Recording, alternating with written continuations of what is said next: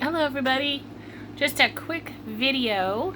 I want to depart a little bit from forensic stuff and I want to talk to all of you about parenting. As you know, some of you know, I have 8 children. I have 5 biological children, I have 2 stepkids, and I have 1 adopted daughter. And we do not all live together anymore. 2 of the kids are grown up and on their own, my 2 stepkids. One lives with their partner and the other lives with their wife and daughter. So we have 6 kids that, are considered our children who still live with us. The youngest is 17, the oldest is 27.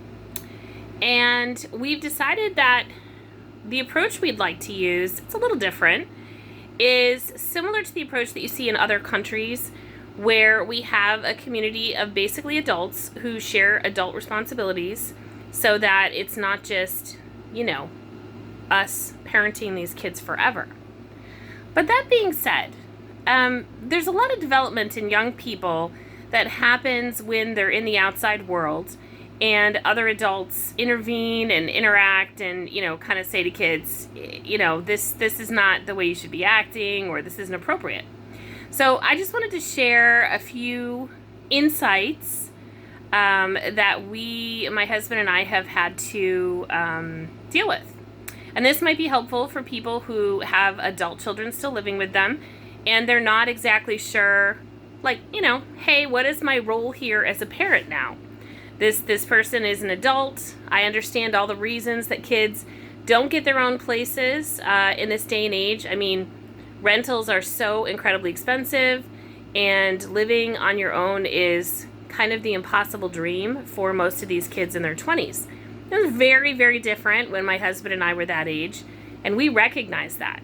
We see the challenges that we have just to maintain our household, and we can't imagine how hard it would be for that kid who has a job where they're making $11 an hour, or even if they're making $15 an hour, which is a pretty decent wage. It's just really hard to live. Well, my husband, makes a lot more than that, and we really struggle to live. The job that I have as a substitute teacher, I'm making the same thing as the 20-somethings. So I can really see there's no way I could make it on my own with that wage. So anyway, back to a few insights.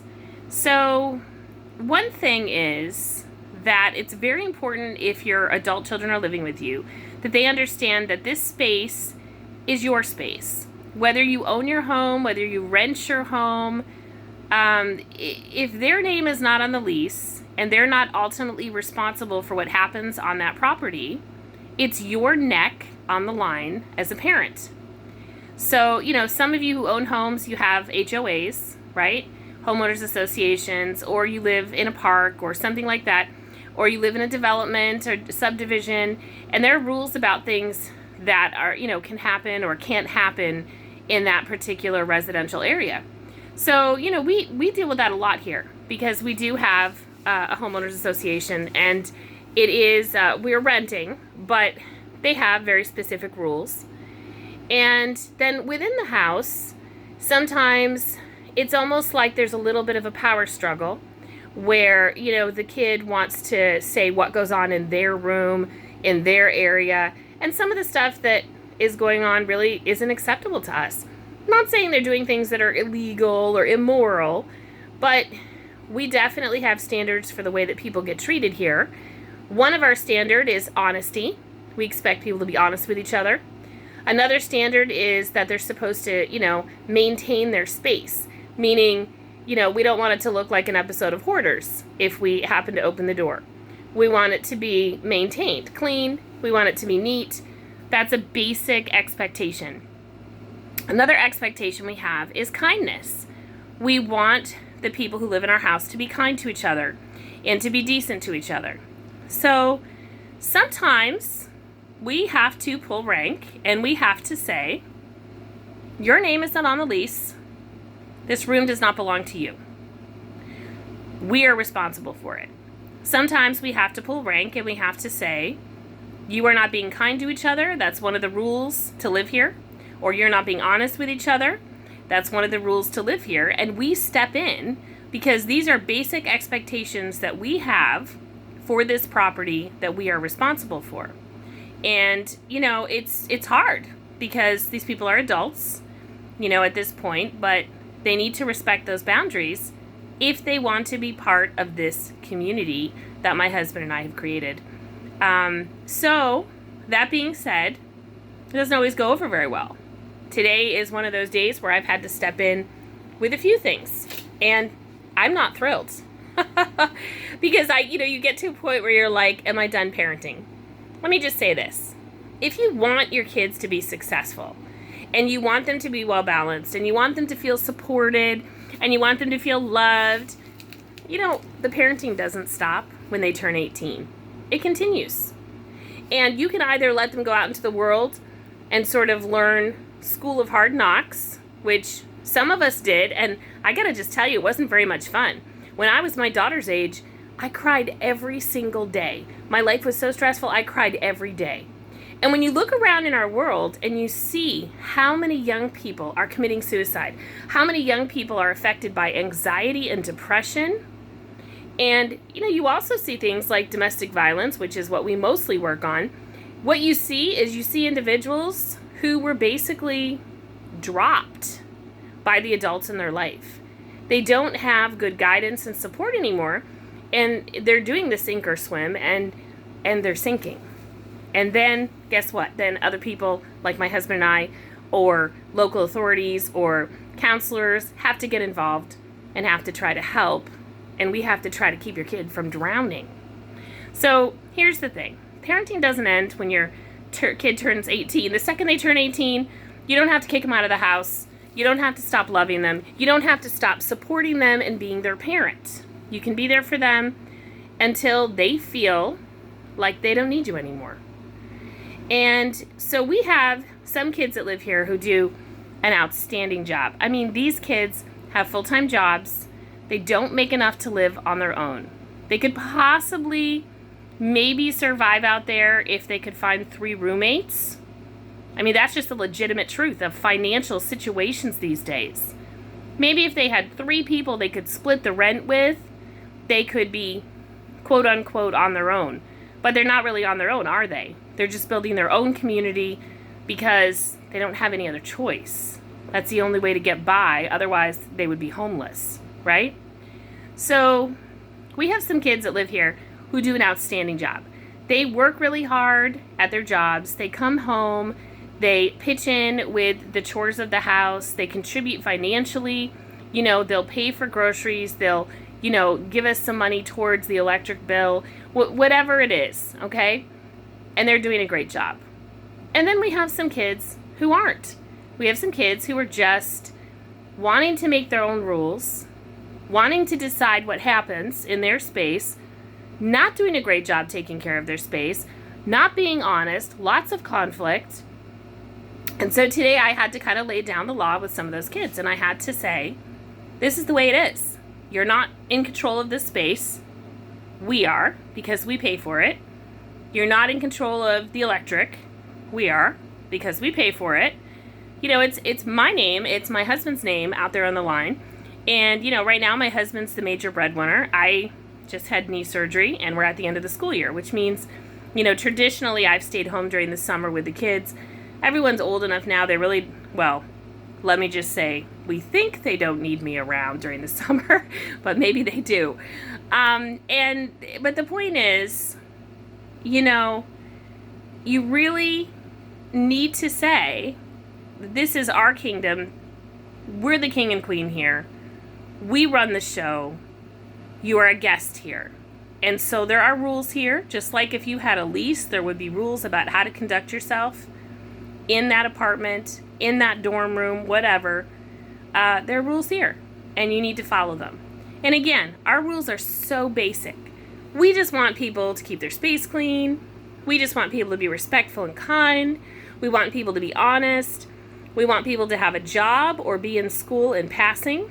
And we want people to be willing to pitch in, whether that means, pitching in with groceries, or whether that means cooking dinner, or whether that means doing dishes or laundry or whatever needs, taking the dogs out, whatever needs to be done. And I would say 3/4 of our kids do a great job with this, which is absolutely amazing. Very proud of the human beings they're becoming. Someday, when they get married and have their own families, they will be good leaders because they've had a good example of how to successfully run a household, how to get along with people, how to create those healthy relationships where it's a give and take. They're not just takers, right? Or they're not just givers. There's that good balance. So there's a lot to be said for all this. So while I recognize this is not a forensic topic, it kind of is. It kind of is because when we're looking at individuals who have these maladaptive pathologies going on, okay? Narcissism, borderline personality disorder, trying to think what else, anxiety, depression. We are looking at people a lot of times who developed some seriously bad patterns of behavior from an early age. And so if you want to, think of this as a forensic psychology in your backyard preventative video, which has a lot of suggestions for you to think about, particularly if your kids are now adults and they're living with you. If your kids are small children and they're living with you, this is still applicable because someday they're going to grow up and you're going to have to think about how you're going to handle these things. Most parents just, they pay for the college, they send them away, and they let other people, the people at the college, hopefully, if it's a good college, and they have good dorm supervisors to teach them some of these things. But you got to understand that not all kids get that. They go away, and the people who are supposed to be teaching them these skills don't do it. And so they end up leaving college as adults who have no clue about how to run their own spaces, what that looks like, how to get along with people, how to do the right thing, and like I said, have that right balance between giving and taking, how to work hard, how to respect other people's property. All of these lessons are not always taught if you simply just pay somebody else to deal with your child once they turn 18. So I would just really encourage you folks to dig in and remember that parenting is for life. It's not just till your child is 18. Why do we do it? We do it because these kids are the best thing you will ever do with your life. I have done a lot of other things in my life, right? Some of you know that I used to sing. Some of you know that I have pretty good pipes. I could maybe, give them a run for the money on The Voice or some other, competition, or if I just really got serious about it, right? Some of you know that I'm almost done with my PhD. I'm not a dummy. I'm a smart lady. I could probably get a job working for an agency or someplace really serious, the government, whatever. I've literally shelved all of those things and put them as second best to make sure that I am a mom for my kids, to make sure that there's someone here to do this job of teaching my children how to be the best version of themselves and how to be the most successful in life and how to love Jesus, because that's something that's very important to our family too, is our faith. So the thing is, please do what I do. Make your kids the priority. Make them the most important thing that you do with your life. We do it because we love them. With all my heart and soul, I love my children. And I want nothing but the very best for them every single step of the way. And for me, it doesn't matter whether that kid is a biological kid, a step kid, or an adopted kid. I've had people say, oh, you don't love your stepkids as much. You don't love your adopted daughter as much. You know what? That is bull. If you came and you lived with me every day and you saw all the things I have done, sacrificed, and given for all of my children, you would see that that's a lie. If you spent any time with my husband and I at all, you would see that everything we have done and everything we do is focused on giving these kids the very best that we possibly can. Does that mean we're rich? No. But we give ourselves to these kids and to each other. And that is the most important gift that you can give these kids. It's the most important gift that you can give your children. Give them yourself. Give them all of you. Let them know that they are the best thing that's ever happened to you and the most important thing that you will ever do with your life. Okay, thanks everybody. Have a great day. Just things to think about. We want to build amazing human beings who go out there and make the world a better place.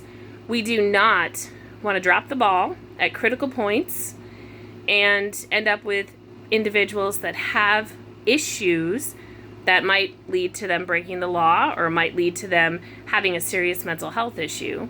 We want to do the very best for our kids that we can. All right, peace out.